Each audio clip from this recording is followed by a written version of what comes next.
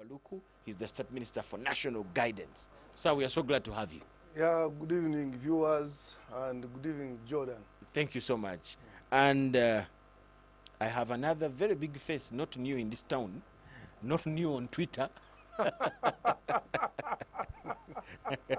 He's a preacher, a farmer, a tweetizen.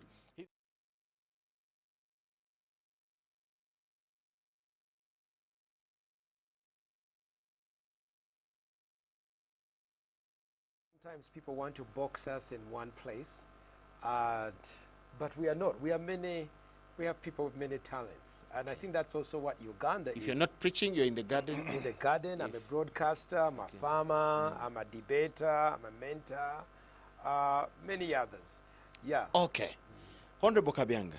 Yes. Give us a brief picture of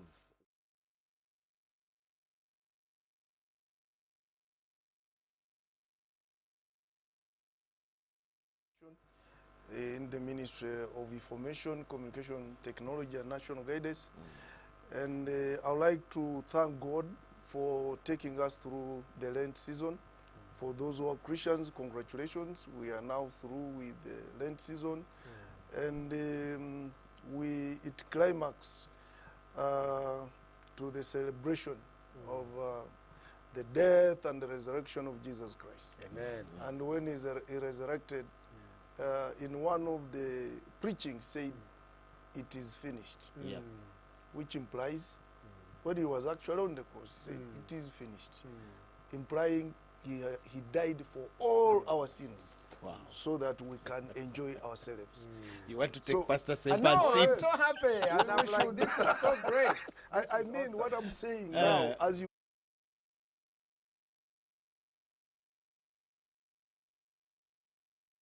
for country and work for it. For my brothers who are of the Muslim faith, we also congratulate you for pushing on with the month of Ramadan. I know you're about to come to the peak.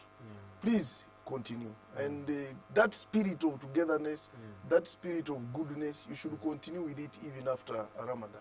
Even Christians, that spirit of togetherness, the spirit of love, continue with it even after Easter. And today, as Ministry of Information, Communication, Technology and National Guidance, we are bringing in a new perspective of being Ugandan. And today we are launching a tweet chat. And I'm happy that we have been joined by a man of God, an influencer in this country. Yes. Nobody doubts the influence that Pastor Dr. Semba has on the lives of Ugandans. He can either mislead them or lead them properly. And that's why we said at this inaugural tweet chat, we should invite him.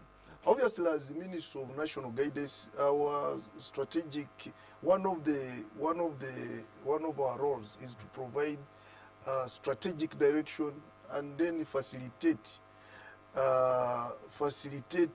some bit of direction where we want people to have a common goal, common values as Ugandans, so that we can really love Uganda.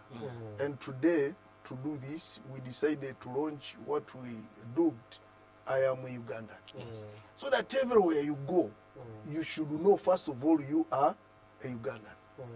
And you love Uganda. Irrespective. All you do. Yes, irrespective of other problems. But you love Ugandan because you are a Ugandan. And indeed, in our constitution, part 4 of the objectives and directives, one, every citizen has roles. And those roles, one, you must be able to defend your country in case there is any aggression. That's why you saw the Ukrainians. Everybody has picked up a gun to fight the aggressor. They feel they have been attacked. And the president and everybody are rallying people, reserve force, everybody is now fighting for their sovereignty. Everybody is supposed to be engaged in gainful work. you shouldn't just sit there without contributing anything gainful. And we are all supposed to build what we call, to participate in building what we call an independent, integrated, and self-sustaining economy. Irrespective of our religious, political affiliations, tribal affiliations, we should participate to build Ugandan. Those are some of the roles. Okay. And that's why we are now here to say, please let us be proud to be Ugandans. And if there is any government program that comes in, we should all embrace it, whether from the religious sect, whether from the political sect, whether from our tribes, whether from cultural sect. We should embrace that program. We should preach the program in the churches, in the mosques. We should go to cultural functions and say, please, parish development model is on. Can you participate? Can you participate? And if there is any problem, we should share it. We should look for a solution for that problem instead of apportioning blame. Common goals, common values, a shared vision. That's what we need as Ugandans. And today, we are happy to launch that. I am a Ugandan.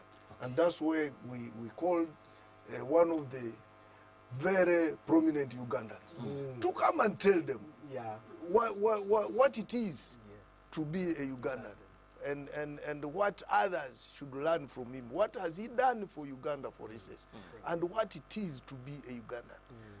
A Ugandan Yes. must remain a Ugandan. You have seen someone say, we the American people. It doesn't mean America has no problems. They are beggars in America. Those ones who have never been there. America has beggars. America has conflicts.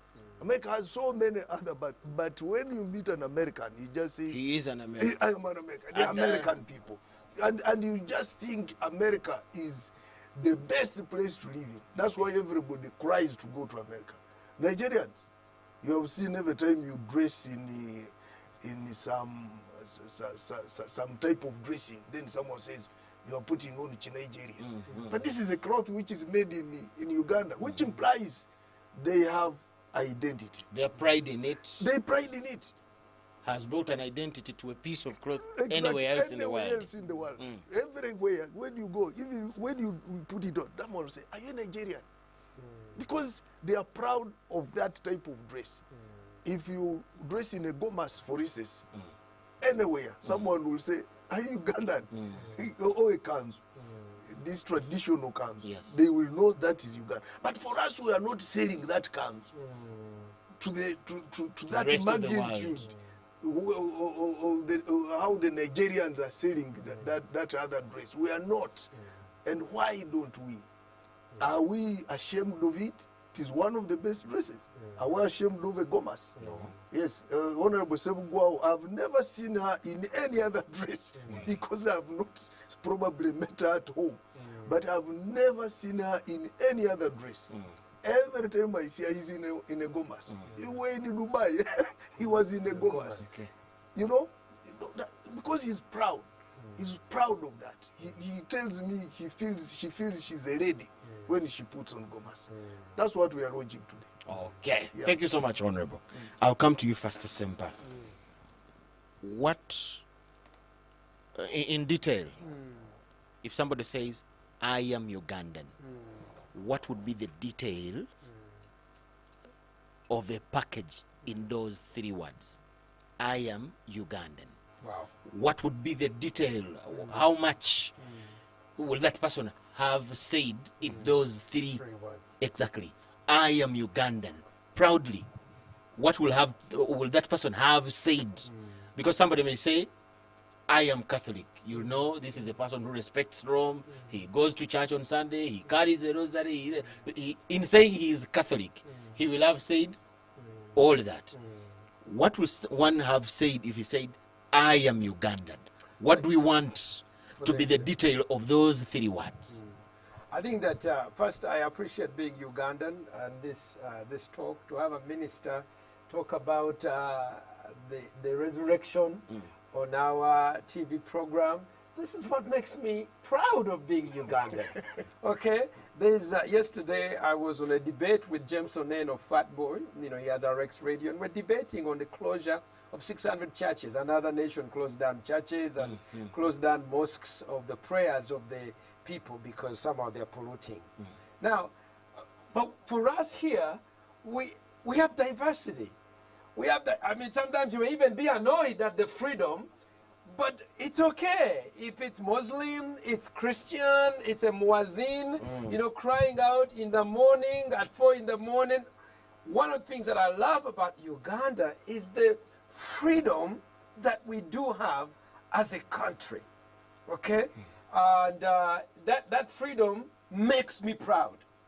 Okay, you may say we have issues, this and that, but I am proud that I'm in a country where I can speak what's on my mind, that we can even have the diversity. We are talking about the Muslims who are finishing their fast, the Christians who have finished their Lent, and we accept each other. We are different, but we are together in tolerance.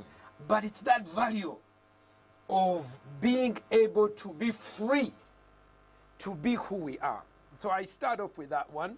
I was sharing that. When I say I am Ugandan, What do I mean? you see a man There's a who way- comes from a country that has freedom. Yes. That is one. Freedom. That's true, regardless of what people say. Now, when you say Ugandan, Uganda is a country. Yes. We are in East Africa, straddled by the equator.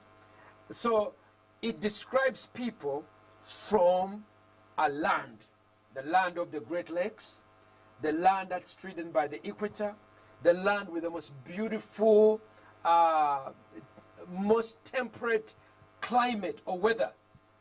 So in describing that I'm from Uganda, the land where there's 2 rain seasons. Now, for many people who have grown up here, they have no idea that that is so abnormal for the most of the world to have 2 what? 2 rain seasons. To be in a country where the weather is so friendly. I remember traveling to the Philippines. I had a conference, I was speaking there. They're still on the equator, but it's so hot. The shot is constantly, you know, like when you're in Mombasa.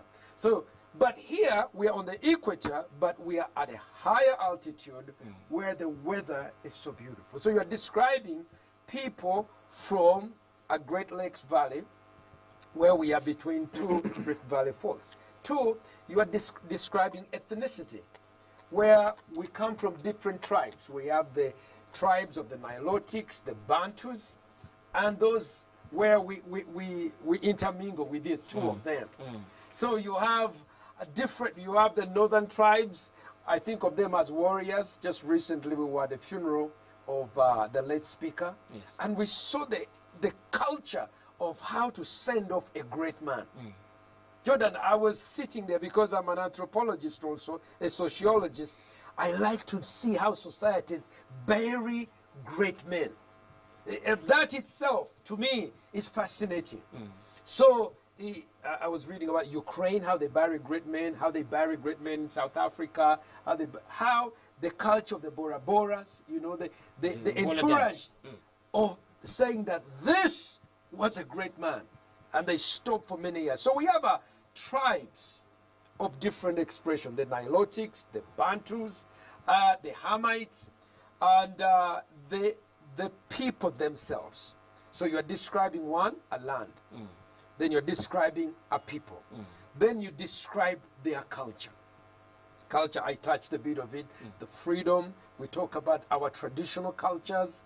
The Honorable Minister Baruch talked about the minister wears a busuti. We have the culture. In fact, when we were starting, I shared with him that there's a chef from his side of the country who I really, really love. He's another Baluku, who is been giving me anthropological lessons about that whole land of the Renzururu. And I'm like, wow, how fascinating. So we have a land, we have a people, we have a culture, and then there is a faith. You know, that's part of our cultural expression. Economy. So when I say I'm Ugandan, I'm from the land between the 2 great valleys. Yes. Stridden by the River Nile. On the other side, the equator. I mean, this is fascinating. Number 2, I'm a land that describes the tribal background of where we are from. Whether I'm Musoga, Muganda, Acholi, Karamajong, Rwenzururu, whatever it is. Then When you say I am Ugandan, somebody should see a country that has all of that. all of that. How would we express this pride? How do you express it? Eh, how would you expect a Ugandan I think to express that statement, I am Ugandan, in terms of actions here at home or even outside? I think that those very same things, you know, the Bible God tells us, cling to that which is good. Cling to that which is what? The good things about us. We must express them. We must protect them. We must show them. We must be proud of them. Because God has given those things to us. I mean, when you say I'm from the Baganda, Uganda, Baganda, like for me, I will just start off by saying I'm very proud to be Ugandan. Yes. Of my story. Number one, and I'll share with you my story. My mother was a Muganda from Masaka. My father, I never got to know, but I suspect he was Asian Indian from Masaka. I was born out of wedlock. My mother, my father, they were not married. And at that time, the Asian side told my mother, no, Indians can't have children with Africans. You must abort. It's unacceptable. My mother, because she's a Christian, and she's African who loves children, she said, no, I'm not going to abort my baby. And she kept me. So I was born of an Asian parent who soon after that Idi Amin threw out.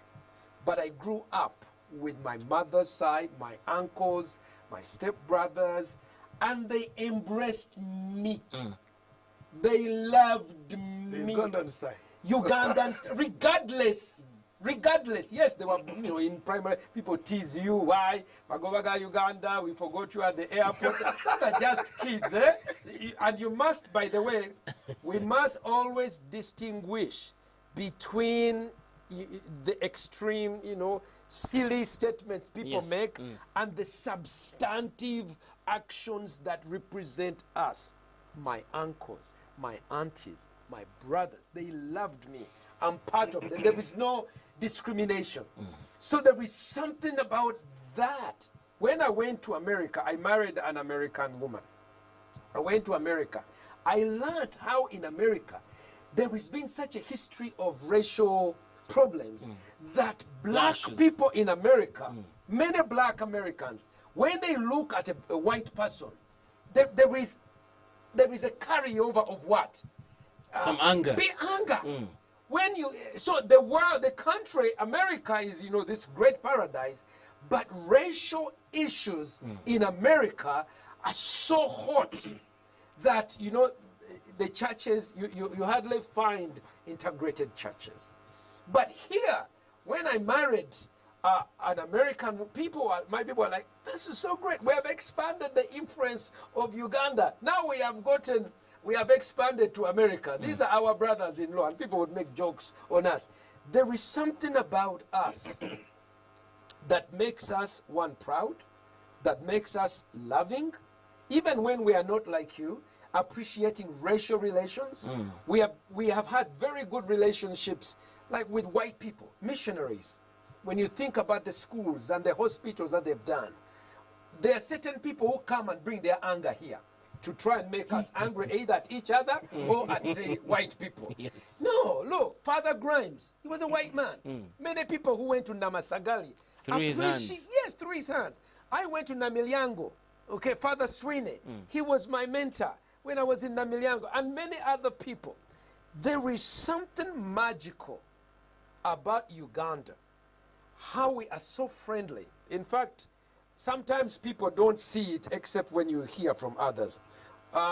When President Theodore Roosevelt wanted to come, and he loved animals, he loved wildlife, and he asked Winston Churchill, where can I go to visit? And he told him, Uganda. So he did an entourage, many people don't know, from Mombasa coming through to Uganda, and he had been told, mentored by the Prime Minister of England, says, listen, the place you must really look out to go to is Uganda. And let me give you the quotation of Theodore Roosevelt when he talks about his time in Uganda, because people don't know. And this is what he says when he arrived in Uganda and as he enjoyed. He says, by far the most interesting portion, this is Churchill, by far the most interesting portion of your Africa trip will be through the Uganda protectorates. The natives are friendly, they are gentle of manner, and considerably intelligent. I need you to know that. Yes. Considerably intelligent. Many people don't acknowledge that. Ugandans are very intelligent.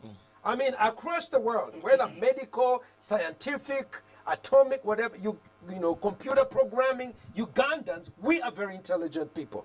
Then he goes, but it goes all the way back. Then he says, the air is soft and cool, but it will never be a white man's country. What he was saying, we can't conquer these people. Don't get the idea that you drive these Ugandans out and you bring in what? White people. No, these people are there. Then, you cannot take their land. No, Roosevelt enjoyed safari hunting, was thrilled by Eastern Uganda. He says, here you have a peculiarly intelligent native race which has already developed a very interesting culture of its own, a culture both political and social. I was reading about this is about 1903, very early on. And we influenced, in fact, one of the researchers, anthropologists, is doing a research how Uganda impacted Roosevelt, that when he went back, Uganda's political, sociological development, setup made Theodore recognize that black people are intelligent, which took him away from the hostility and the bad belief that he had. And in fact, he began to champion Africans when he went back to America. First time he lost the election, the next one he won the next election. But Uganda is such an amazing country. You got the inspiration from Uganda. From here. Thank you so much, Pastor. Yes. I'm coming to you, Honorable Minister. How do Ugandans, actually before even we go there, have you seen Ugandans expressing their pride in this beautiful country we have? We have seen the background of the country.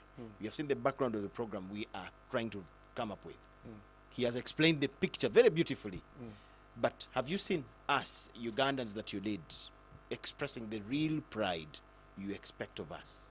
I think there you can even see one of them. He's already expressing what Uganda is all about. Because Dr. Sempa is someone who has traveled. He's someone who is educated. He has told you the background where he comes from. Indian father. Muganda mother. Those are Ugandans. This one is a pure Ugandan. From Masaka. So you have seen, and there are many more Ugandans who are like that. But there are also those who are not like that. Before you talk to you, okay. But one thing, one time when I was still a mayor of Kasese municipality, I was invited because we have a twinning with a city called Santa Cruz in California. So I was invited there, and they invited me for dinner. And then they said, Mayor, you can now lead the people to go and start serving. Then I stood up and said, let us pray.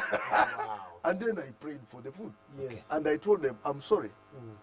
Where I come there from? are some people who may not be comfortable with that. But where I come from, our motto is for God and my country.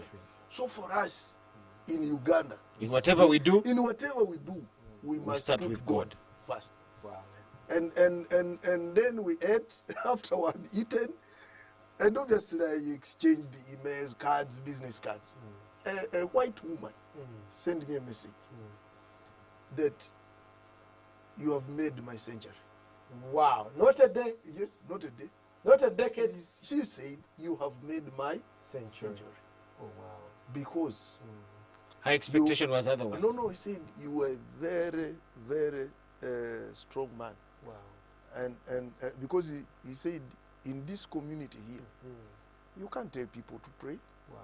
It needs someone who is strong, with a lot of courage. Wow. But nobody blamed me, because me, I told them where I come from. That's what we believe in, because I am a Ugandan. And I was still a mayor, not even a minister. There are so many Ugandans outside there, Jordan, who are proud to be Ugandans. At that very point, Honorable, Yes. you see, what you've said is one. We have seen people supporting the Uganda cranes with all, yes, with all their hearts. with all their hearts. Yes, yes. There is a time we were going to play Zambia. That qualification point that we lost. Yes. We were playing against Kenya. I was around Lubidi SS. I saw trucks ferrying people from Masaka Yes. to come and watch that game. Oh, yes. Actually, somebody told me God could not give us this win, because if we had won, people were going to die on the roads. Yes. So we have seen that. Yes. But how else would you expect Ugandans, in what forms would you expect Ugandans to express this pride in being who they are, Ugandans? I would also expect Ugandans now to support government programs. Because we can't be proud of Uganda when some percentage of the population is still reeling under poverty. We can't. And we can't be proud of Uganda when we are still depending on donations and handouts.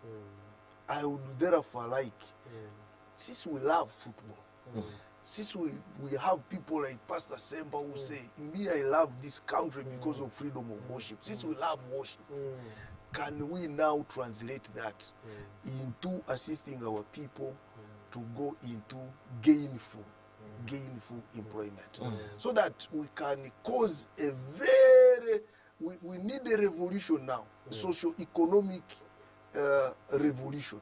A mindset change. Mindset change. Yes. Actually, a mindset change. Yes. You know, when Pastor came before we went on air, Yes. you asked him, what have you been doing during COVID lockdown? He said, I went to the village and cultivated I was cassava. planting cassava. I was planting cassava. And now I am harvesting. Yes. Although he didn't carry any Now the issue, Jordan, on his is way here. how many Ugandans did that during COVID? Because agriculture was not locked down. They said, if you are going to your farm, continue going to your farm. But how many Ugandans did that? Now that is mindset change now. Because pastor went to the village and said, I think this city now I can't manage. Rushed to the village. He must have gone in a pickup. He bought a new hoe. He bought a new hoe and planted cassava. Okay. That's what we want from all Ugandans. That is what we want. Let me start with you about that order. How are we going to achieve that? I think we are going to achieve that through a bit of mindset change. The problem we still have is a bit of mindset change. And the only way we can, the one way we can do it is partnering with the people who are listened to. With the people who are listened to. Do you see these religious leaders? Yes. You ever go to church? Do you go to church? I go to church. You go to church? Yes. Now, when you reach church, they say stand up. You stand up. Sit down. You sit down. Close your eyes. You close. Kneel. Kneel. You kneel. Dance for God. You dance. You can't question. Yes. And at the end of the day, Pastor Semba comes and says, now I'm giving the final what? Blessing. And God the Father, the Son, and then he says, service is over. You can go in peace. All of us go. You just see someone getting out of church. Change it. You're getting me? We again get bad manners after what we have got out. Those people can preach prosperity. Okay. And people change. If Pastor Semba preached prosperity, Yes. and he says God doesn't love poor people, God loves people who are working, people will understand. But me, the politician, every time I say, look, God loves poor people, they say, you are talking because of our money. Yes. They answer me before I even complete the We statement. first of all look at you Exactly. based on the color you're putting on. Exactly. Based on the color you're putting on. And If you're yellow and I'm black, then you cannot, I can't listen to me. If you're black and I'm Now, yellow, Yeah, so that's what now, that's where the problem is now. And as government now, that's why even today, we invited someone who is not from the political world. Because me, if I came here and told them, I'm proud to be a Ugandan. They will say, hey, what else? What else? Let me ask him something. Exactly. Pastor Semper, Yeah. what do you think is the challenge in as far as our mindset as a country is concerned? Because the Honorable Kabyanga is not the only person complaining about our mindset as a stumbling block in a number of things. Yeah. What do you think explains mindset being our challenge, and how can we have it solved? I think that our political setup of the multi-party system, which is very much a Western, concept, it was designed, and I think it's good that we do have it, that we can have political pluralism. But as a people, as a culture, there is not, within that system, there's a way in which it polarizes us. And the President Museveni wrote about this issue on what's the problem. We saw it in the 60s when it was first applied, that people, I think they become too serious. People become too serious about this political. They cut down people's, plantations. And it's so unnecessary. And I remember, some of us, when the the Western people were really putting this issue of multi-party politics, they were saying, there is such benefits within the movement system, okay? And up to today, when you see part of the reason why we are polarized today is part of the negative outcome of the multi-party politics. Now, the politician will not say that, but I will say it. I will say it, and because I said it. Certain systems of government, the constant elections, because they thrive. And recently in Kenya, I think the two guys who had been they shook their hands together, and people are still on the old them. Wait, you guys are supposed to be fighting each other. Yes. This is, I think, President Kenyatta and Raila Odinga. As they shook hands, their supporters. Their supporters like, wait, we need to be fighting each other. And they're like, no, we are brothers here. So I think part of the problem is the Politics. The regular polarization that comes, to the extent that if one is in another party and one is in another party, one will not say good things, even if you do what? Good things. Like they thrive on continuously You see, Pastor, pulling the other down. I want somebody watching us to understand. We see this very kind of life elsewhere in the world. But after elections, people move on and they do things together. They are not Africans. By our nature, we are very communal. We listen. Our design, our sociological DNA, we ask, what is the ruler saying? Who is our leader? And we find unity in being under a sense of collectivity. We have a clan leader. We have a lineage leader. Omukulembeze w'olunyiriri. We have a omukulembeze w'ekika. And they do have power, and we respect them. There is a way. We are not like Americans. We are not like Europeans. Europeans don't have a clan leader. Europeans don't have a lunyiriri leader. So there is a sense in which we have a system of government which has been pushed upon us mostly by the Western world, because they say, expanding democracy. But it's their kind of what? Democracy. We can have... It's not our thing. No, it's not our thing. So there has been a lot of polarization. And in fact, to me, I went to Makerere in 1988. I graduated in 1991. I think those are golden years. Why? I still think, but the people that used to come to speak to us, whichever side of, whatever mindset, we had Mayombo, we had Mao, we have Mushega, General Mugisha Muntu, Mushega. These are the people. These are the people who would enrich us. And each man would share their ideas based on their what? On their idea. There was no that, this one is in this group. If I can chip in, I was there at the same time. Were you? 86 to 89. Yes. And there were two groups. There were two lecturers. Yes. The late Professor Sibambi and Mahmoud Lugubrious. Mamdani. Yes. Lugubrious was capitalist. Mahmoud Mamdani was communist. Yes, socialist. And whenever you would hear there is a debate, Yes. discussion, Yes. and those two people Yes. Were to feature. were to feature, Yes. you'd go there. Yes. And you'd really see drama. Yes. Two lecturers, one capitalist, one communist. But still, they were very close friends because they were all in I think, because that time Sibambi, I think, was So, dean. honorable, this is the of point. social This services. is the point you're making. That people can differ in ideology. Oh, yes. But still remain brothers and sisters. Exactly. Don't you think you politicians in your parties, blue, black, yellow, red, white, those colors? May I jump in here? Because I'm the one who brought this. Okay. Yes. I'll come to It is not the actor, it is the system. I want you to understand. There are two different things. The system But he'll give us his view. that thrives on, because the Western system thrives on divisions. The African thrives on unity. It takes a village to what? To raise a child. And I have to say,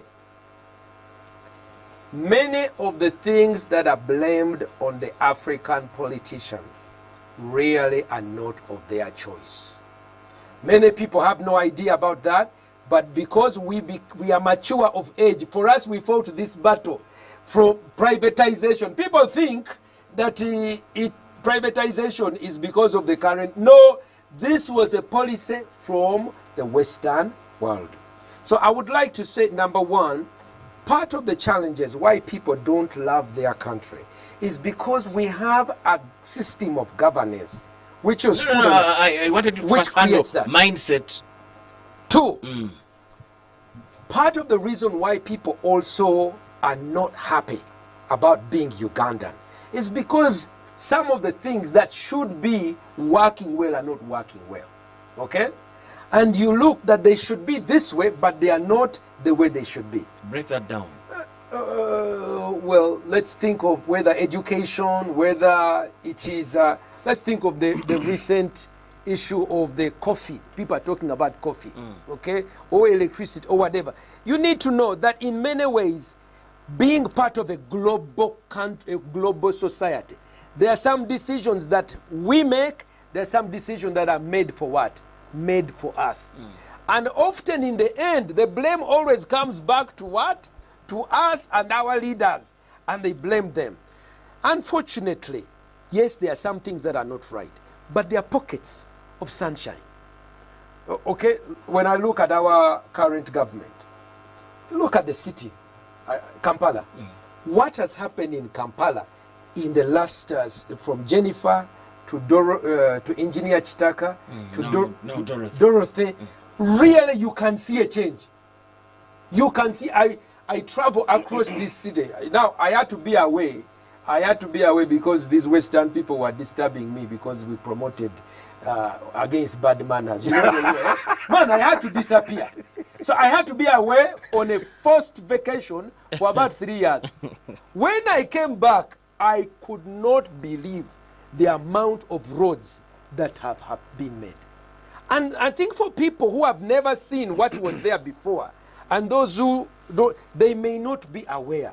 This is a miracle. I was going to ask you, where were you? But let us leave that. Now, these are some also, by the way, when I was on, I had to disappear because it was multi-party, it was bipartisan. The president signed the anti-homosexuality bill, and we were saying, no, for us, our culture, man marries what?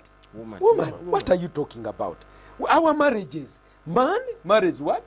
Woman. That is it. We bear children. And we are proud of that, by the way. Now, in the Western world, it is another one, another story. So when I came out... I'll not manage to stop you on that topic. They pushed us down. And when they would say, Pastor Sempa is gone missing because certain people who have been offended by him because of his campaign, those certain people have got lawyers who are looking for him, and they have put 300 million on his... Those certain what? People. Certain people. I want you to know that I was glad that my people who loved me because of the value of the family. Even up to today, that thing I'm proud of.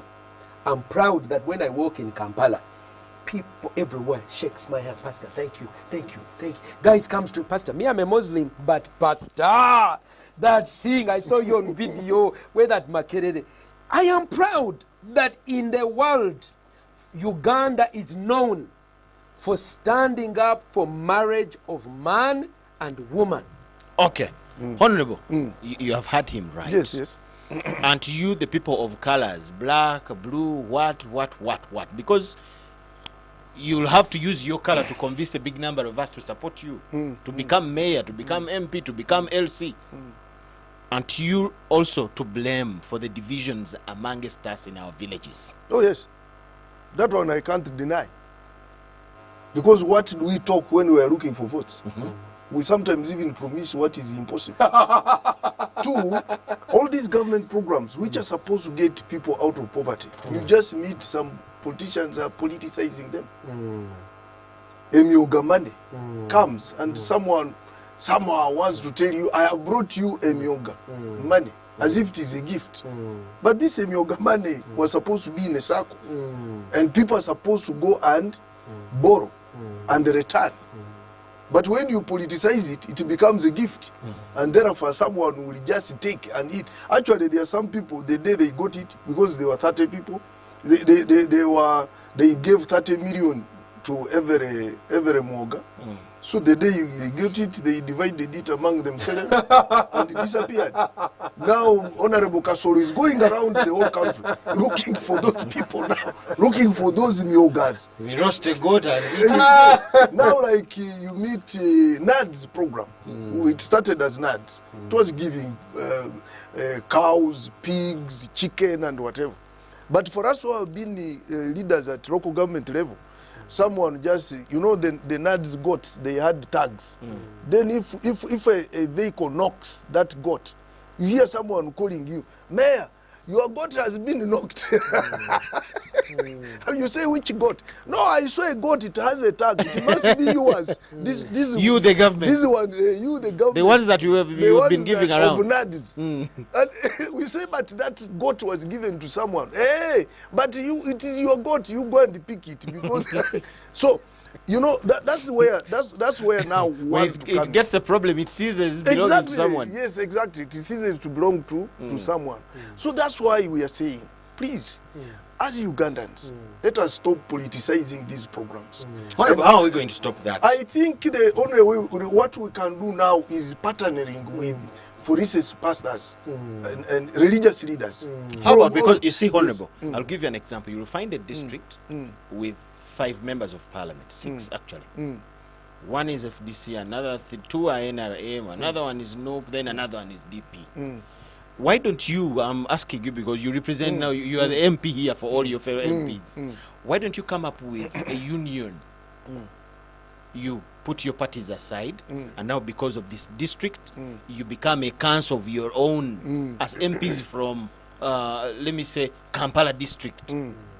You come up with a union to push for things that we need in this particular district. What do you think about such initiatives? You know, those initiatives are there. For instance, in Kasese district, we have the Kasese parliamentary group, and the chairperson is called the Herod Muhindo. He's FDC. And we have 3 FDC MPs and 3 NRM MPs. We have 2, we have me, I'm an ex-official, member of parliament, I'm NRM. Then we have CDF, who comes also from, is also a member of parliament representing the army. The UPDF. Yes, so we are 8 MPs. That is great. And we have a caucus. Let us take that as a case study. Yes. What do you people do in that group? For the good of the people for of the Kasese good of district? the people, we first of all looked at the district development plan, the 5-year development plan, vis-a-vis the national development plan. And we said, what is the Kasese we want? And then we came up with the Kasese agenda, and which we are pushing. One thing like which we came up with is, for people, for the youth in Kasese to get jobs, because now they are majority, 60% are youth between 18 and 24. Kilembe Mines must be revived. Wow. Because we feel if Kilembe Mines is revived, it will employ 4,000 people. Wow. At its peak, it used to employ 4,000 people. Wow. And we feel if we can revive it, out of those 4,000 people, we can get at least about 2,000 from Kasese. That is great. You are getting me? And that one was one of the agendas which we put forward, and we are pushing for it. Recently, the Minister of Energy and that one of privatization, they made a press release that you saw, who have advertised, now want a core investor. So we are trying to get out of this politics of division. We are there representing the people of Kasese. And that's why we are launching this program, I Am a Ugandan. Wow. And obviously we are now, the parish development model is also trying to get out of that usual cocoon of other programs. That's why the money will go at the parish level. And there will be a parish development committee. Which doesn't mind about the color of Jordan, people. Yes, you want to jump in here. I want to underline what Honorable Baloko has said of identifying the goals. Regardless of the political color, if you set the agenda that for our region to develop, we need these 10 things to be done. And so whether it is yellow or blue or red or pink or whatever, whoever is in power is pursuing that roadmap that all of you have agreed on because you love the country. And I think also for us, as we come together and talk about I Am Ugandan, we need to identify what are those top 10 things that I'm proud of, and what are those top 10 things that we must work together to make our country better. Because there's already things God has given to us. We have them, and we must amplify them. But we must also have a shared thing. Look, they may be that there is, out of 20 things, everybody agrees on 10. On the 10 things. In unison. In unison, we pursue those 10 things. I recall Mwalimu Nyerere, who I greatly admire. Now, I told you about our golden years because my lecturers were trained in University of Dar es Salaam. They were politically sharp, academically sharp. I'm telling you. And when I remember reading about Nyerere discussing the issue of multi-parties, he discussed it and he said, why don't we do like the Americans? Because in America there's 2 political parties. But all of them on the core agenda, they don't change. They don't change. Whether it is Republican or Democrat, like if what on their core issue. They change on tactics. They don't change. So Mwalimu Nyerere was discussing with these people, and he says, I realize we must have multi-parties because of the pressure of the Western world. But can we also create that the Party A and Party B, they are on the same shared agenda. So that if it is educating our people, getting our people out of poverty, building, our city, and all, he articulated that, and I think as Honorable Luku shared that, and the goals that we must identify. What is our region on a regional level? Like for me now, I'm in Kasanje. Now, in this year, they are going to build 7 roads. 7 roads simultaneously. This is, the president wrote the letter about last year. Now, I went to Kasanje when it was absolutely, dust. And people asked me, Pastor, did you end up over there? I was in Bunga. Staying there, be in front of, there is Pastor Komagum, there is Pastor Kayanja, there is Pastor Skinner. They were on the beach. I was renting behind. Then I also wanted to buy a beach land so I can be near them, because I wanted to be near the what? The lake. Big men. This is You wanted to chill with the big boys. Yes, the big boys. So I went and I said, how much is an acre of land here? And this is 2007, 2008. They told me 300 million. I said, what? 300. Now I'm a pastor of students at Makerere. And if you're a student, you know how much money you put in the pocket. So usually you get donations here and there. So your basket has coins. no, so I realized there is no way I can come up with 300 million. Then I ask, who owns that land? Okay, who is selling me? And how much do they have? They actually, the one who is selling that land has 13 acres more. Okay, I will not mention their names, but they're also big boys. They are big boys. Then I said, okay, when did they buy that land? 300. Then they said they bought that land in 1980 during the midst of war when nobody wanted to go anywhere. Where? Near the lake. That's why this one bought 30 acres. That I said, eh. Then I realized my plan for development was different. I must get out of the city and go into the what? The village. So I sold everything I had over there and I went and I bought at least 5 acres where I am. Then in the dust and in we've stayed there, kept the forest, grow cassava.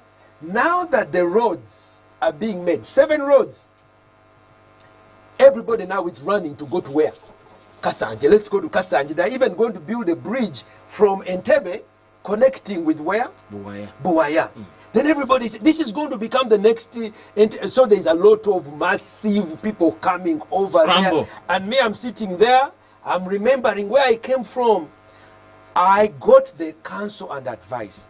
I love my country. So now you begin to say, now that 7 roads are going to be built, what can we do you see, Pastor, to develop this area? Pastor, at that to very tap point, into the 7 roads. How can we put up markets? How can we empower as the young leaders. as leaders? How can we, because now we have been an economy of Mairunji. We are the biggest export of Mairunji. Now I don't grow Mairunji. It was a conflict of spiritual interest. I will be a very rich man. But I said, how can they hear that pastor is making money by saying what? Bring our cameras and take pictures. I cannot. So I actually kept the natural tree, me too, you know, Mrs. whatever. But we sell Mairunji, what else? Charcoal, bricks and sand. This is what the boys in Kasanje do. And they sell Empeo plots of land because they are no longer there. So many of them, my chairman, they spend time in prison. Pastor, I want we you to need to identify our values, our connective goals that will make us proud. I want to take you back to mindset. Yes. We talked about mindset in the line of politics. That one we handled. Yeah. It is these people to handle their colors at the grassroots where they look after us. There is the other type of mindset that affects us directly. There is some region where people used to cry for a road. It was constructed and they used it to dry cassava. You had the goats of Nads. People would get the goats and they would not care about them. Vehicles would knock them in the roads, but these goats were given to them to uplift their livelihoods. Yes. You've heard of people that would not plant the seedlings that were given to them. You've heard of people that are given money to start up businesses. They buy goats, roast the goat, and they keep in And the even poverty. Exactly. Somebody gets money from the circle and he organizes a kwanjula. Now, that is not it has nothing to do with the political parties. It's true. What do you think about that kind of mindset and how can we get out of it? Wow. You're asking a very difficult question, but I will answer it very bluntly. We must break some things down. Break it down. Our educational system, our media system, how we are raising men and women, how we are creating knowledge for some things are not working. We have a WhatsApp generation that is unable, even a guy, to vibe a girl properly because he just sends a text message. Man, can we hook up? That is so, that needs to be taken out and what? And thrown away. You do not get a woman, you have time, look, go to any place now, restaurant, whatever, where normal development of a boy and a girl is progressive. What? Many words are spoken. I love you, Lake Victoria will dry, what, because the man is pursuing what? The girl. But now I see them in restaurants. They show up, they, now they get on the phone. Facebook. Something is wrong. We have to learn how to reprogram them, switch off the phone, put it away, talk to the woman. Woman, talk to the man. Begin to resolve, to plan. What if I marry you? Where are you from? What are your dreams? What are your plans? What are your struggles? Mindset change is not only in the economy, because if somebody believes that money comes through what comes only through WhatsApp, and WhatsApp can you use it for marketing, but WhatsApp has created this get rich quick, and everybody they're on Facebook looking how to get WhatsApp. Look, I'm a farmer. When I was coming just now, I picked a young man who gets my runji. They put them on a pickup. And their vehicle was sliding, so I stopped and I gave him a ride, just to talk to him. He's 20 years old. And he says, Pastor, I also want to get a vehicle like you. I also want to become a rich man like you. I said, okay, let's talk. And as we talked, I said, becoming rich is like planting a forest. You do not get rich the next day. You can grow mushrooms, beans and what, but becoming rich takes time. Yes. When you plant eucalyptus, plan at least 7 to 8 years. That is the earliest. When you plant pine, plan at least 15 years to 20. Then when you harvest your trees after 20 years, you can actually be rich to buy this car and buy this one and buy this one. But prepare time. The mindset of everyone is I want money now, so I can go for King Saha. Okay, maybe a Chameleon's show. Mwatu guddeo. Mzee yatutadde. There is something that needs to be changed where we religious leaders, that's the answer I want from you. How are we going to change that? Work with politicians to begin now to go in the building blocks of what success starts with. Why did God put us in Uganda? What did God give us here in Uganda? He gave us the river. He gave us the equator. He gave us the lake. He gave us this. What are we going to do that we can develop these things? So we don't wait for investors. We don't wait for what? Investors. For us. Then when, because the money from coffee, you can't make money from coffee if you're a WhatsApp type money making thing. No, coffee takes at least, we are talking about 2-3 years maintaining. When you look at other areas, we need a mindset change from quick what? And I also have pastors like me who also need a mindset change. Because some of us, my people, have contributed to this Chigwirawo, Kagwirawo, Chigwarero, Chamagero. Yeah, syndrome. We pray and believe in miracles, but God works with systems. God has set the sun. It is not a miracle. We know it's going to rise in the east and set where? In the west. It is a system. God sets systems. Each tree has seeds within it. Each seed has timeline.